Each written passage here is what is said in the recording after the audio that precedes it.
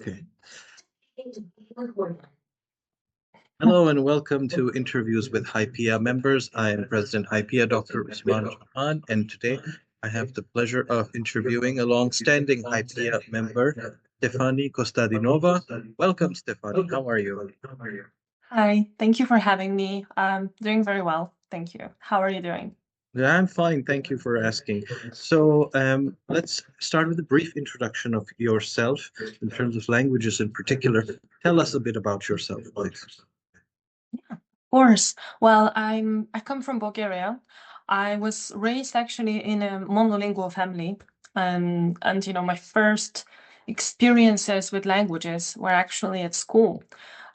So for me, I don't know, like when I was a child, when I was in also like beginning of my teenage years, all of that, I thought, hey, this is it. I have the option to study English and German at school. That's how you do it. Like if I wanted to, I could like sign up for a course like that. That's what I thought. And then I really wanted to study Spanish, started by myself. And then, that was when I was around 16. And that's how the floodgates opened. So for me, yeah, I was just this person that grew up monolingual, was just exposed to languages at school. And then it took a while to be like, hey, I could study this by myself and pick up those languages. And yeah, it's definitely, it's always been a passion, even when I was at school, and I liked it as a subject. So Well, what are the total languages to qualify for HYPIA? What do you have? I have obviously, of course, my native Bulgarian, right? Then English and German, as I mentioned, thanks to school. Then I, started with Spanish, and I was like very much into the whole Romance language family. So, in addition to Spanish, there'll be Italian, French, Portuguese. And I also wanted to learn Greek. I love Greek culture, and both modern and ancient. So it was like, let's start with modern Greek and maybe go down the ancient route one day. So a total of 8. I would say I'm like fluent in probably 5, and then the other 3 are conversational. I personally consider to speak a language once I hit this intermediate level. That's just, I know there's many definitions. Everybody has an opinion, but that's just my opinion. Like, let me just keep improving the languages I already speak and put Russian on ice for now. But yeah, the Romance group is something that was like really a passion of mine for a while. All right, very cool. And now, professionally, you are not somebody related directly to languages in the sense of interpretership or translation. You come from a very different field. We actually come from the same field. So, talk Yeah. about your professional ambit a little bit. That's right. Yes, I'm actually an economist by training.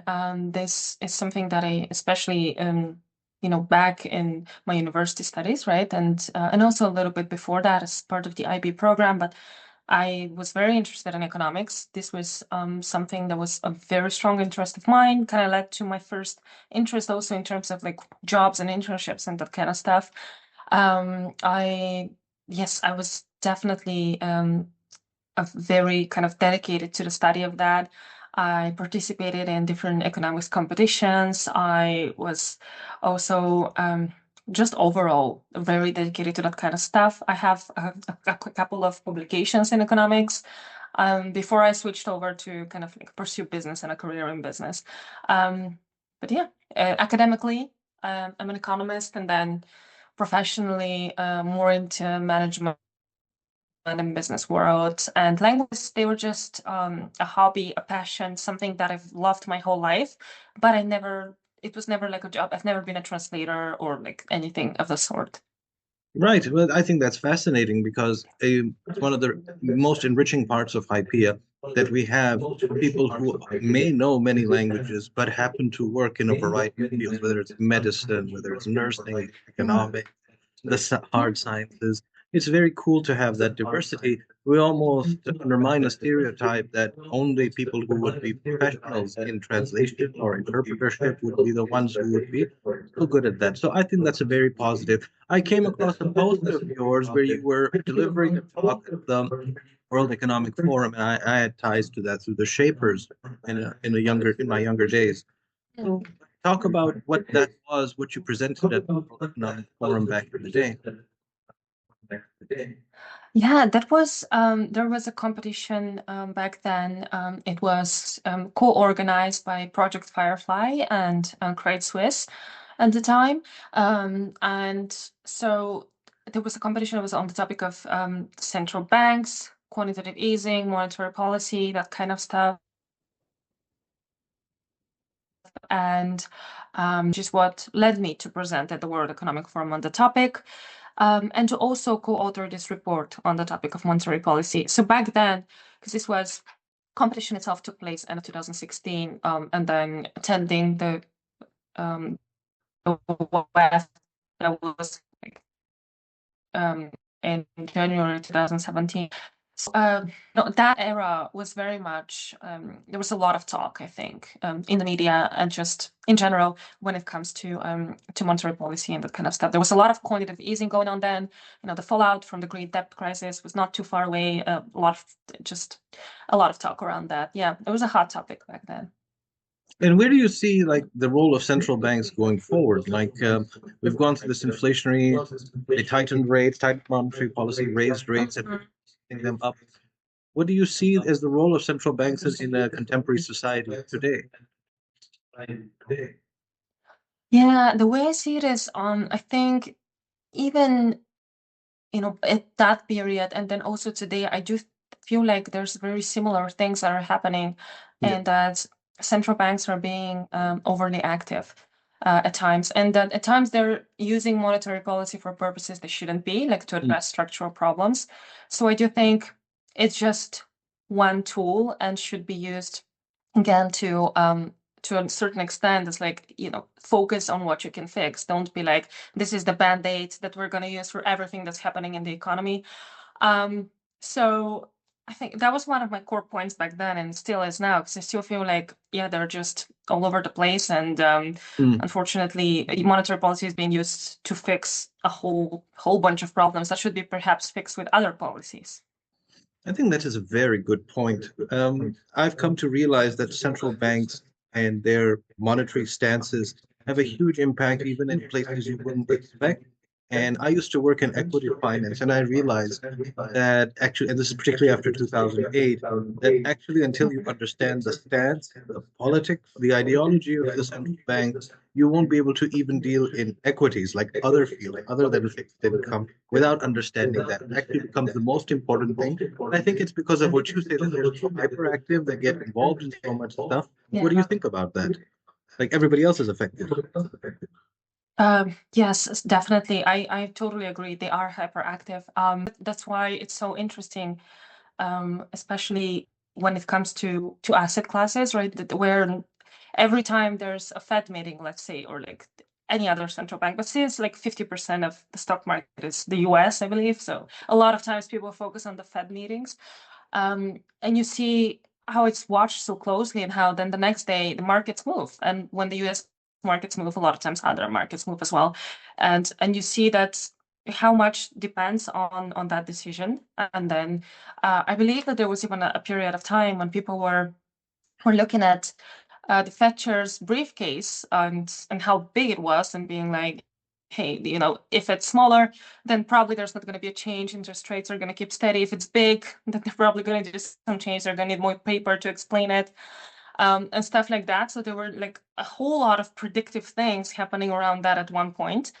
Now, of course, a lot of trading is being automated, but I think like people still look at that kind of stuff a lot. And definitely, this is one more point to just how much really of the economy is affected, both the economy and like people's prospects and how they feel about it, but also how investors feel about it. Because at the end of the day, like the stock market is no longer that much about, or like other asset classes, well, not necessarily the stock market, but it being so public and tracked, you really see how it's not so much about fundamentals, but more about what the central banks decide to do. Absolutely right. Well, there's an example, I think, is the Russian central bank was head by a lady, and the way she dressed gave signaling. So when she wore black, it was like Yeah. funeral type stuff, like in 2022, kind of thing. Yeah. It's true. Now, you made a very important point that 50% of the stock market globally, like the index, is the US. Well, 36% of that And Mm. so this is where I want to get your advice and your opinions with this AI stuff you keep hearing about in your field, whether it implies field, whether it implies language learning, whether it implies your professional economic endeavors. What role is this stuff playing in your life? I would definitely say that, at least for me personally, I'm a big user when it comes um, to kind of using it as, like, let's say, a thought partner, or just when I need some analysis to be done quickly, let's say in a field I'm not familiar with or something. When I'm like, wanted to pull different sources and let me know about that, I definitely use it in that kind of, yeah, especially with fields I'm not very familiar with, but also professionally, I use it a lot because sometimes it will help with just expressing yourself better, like polishing certain writing, or if you're like, oh my God, I have to like send an email in a minute and like this is too slow. So maybe if you're really in a hurry, it can also help with that. It can help write better. I do think that learning to use it well can save a lot of time. So I mostly use it to be productive. I do find that when it comes to learning, I don't really use it much for learning, I have to say.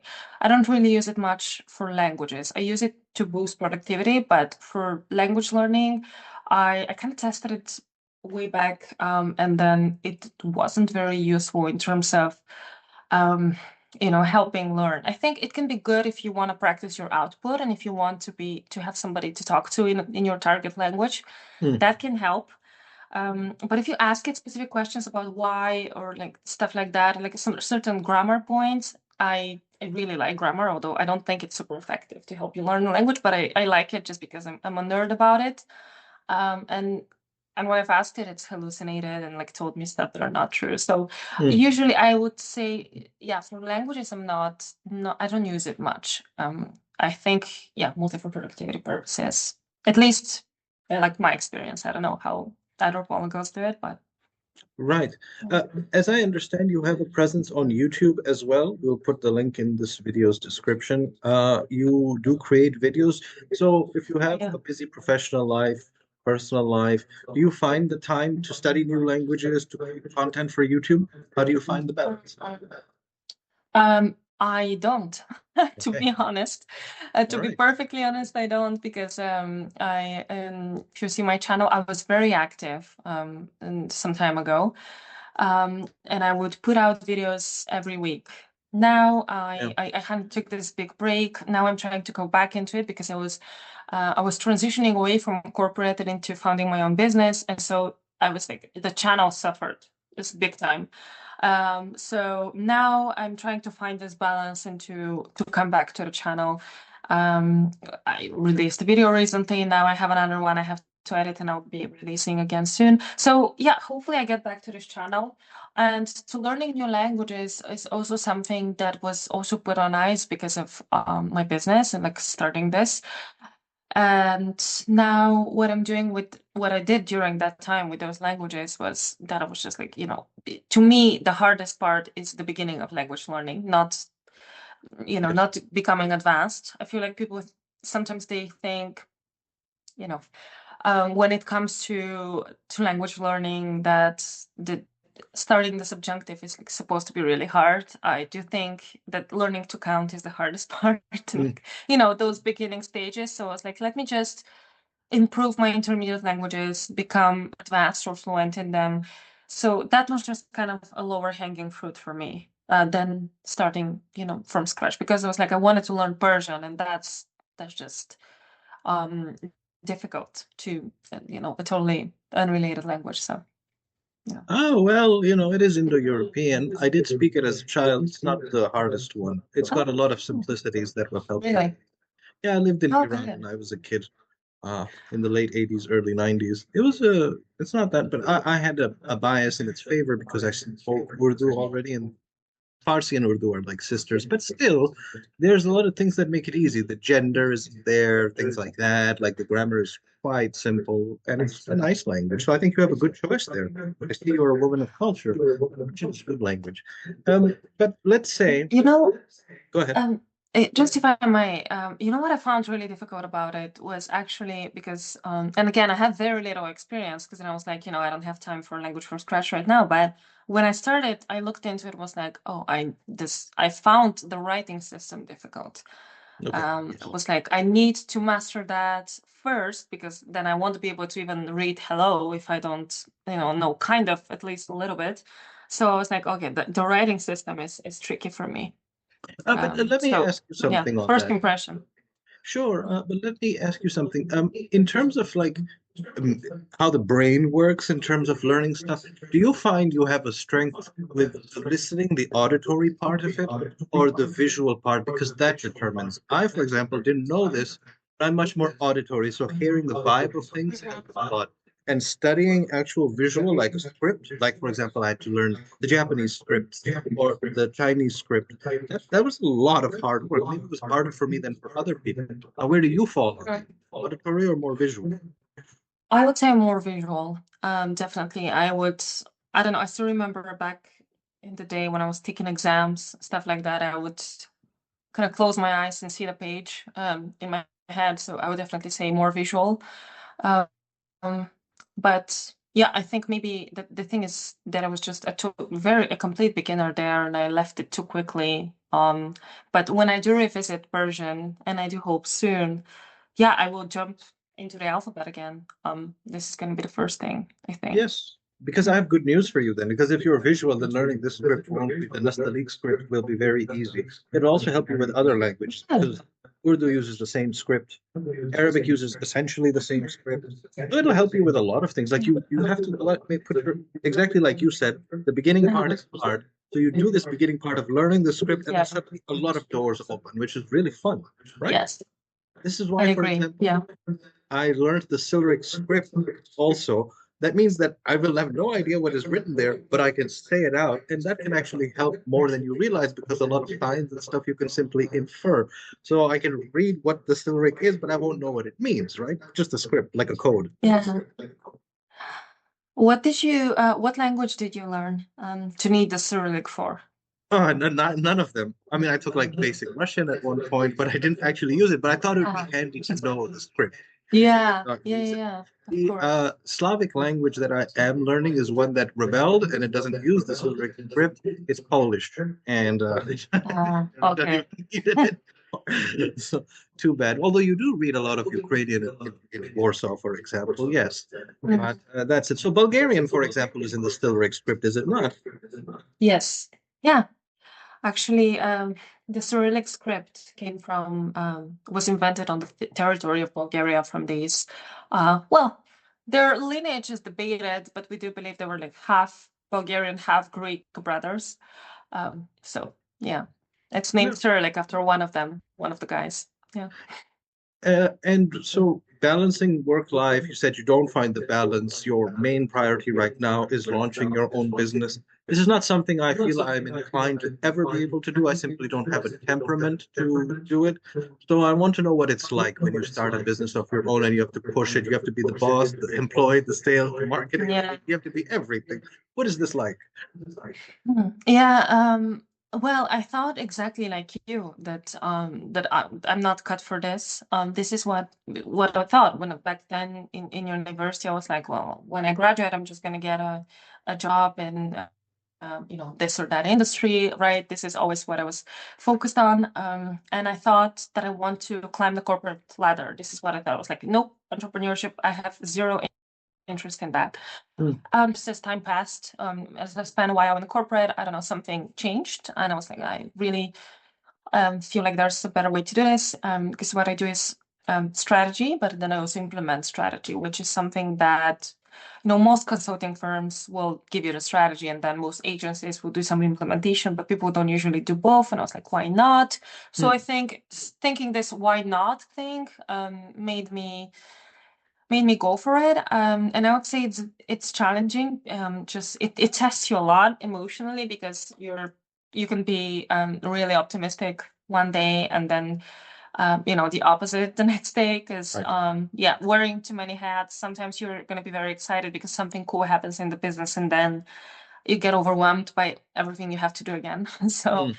So I would say it's a balancing act, and yeah, and I'm trying to find my footing there. I feel like I'm starting to, because now, now I'm going to go back to the channel, hopefully go back to studying Persian and or Russian, right? So maybe I found my footing a few months in, because the business is just a few months old. But yeah, I mean, I was surprised. I was surprised because I had the exact same attitude towards entrepreneurship as you do.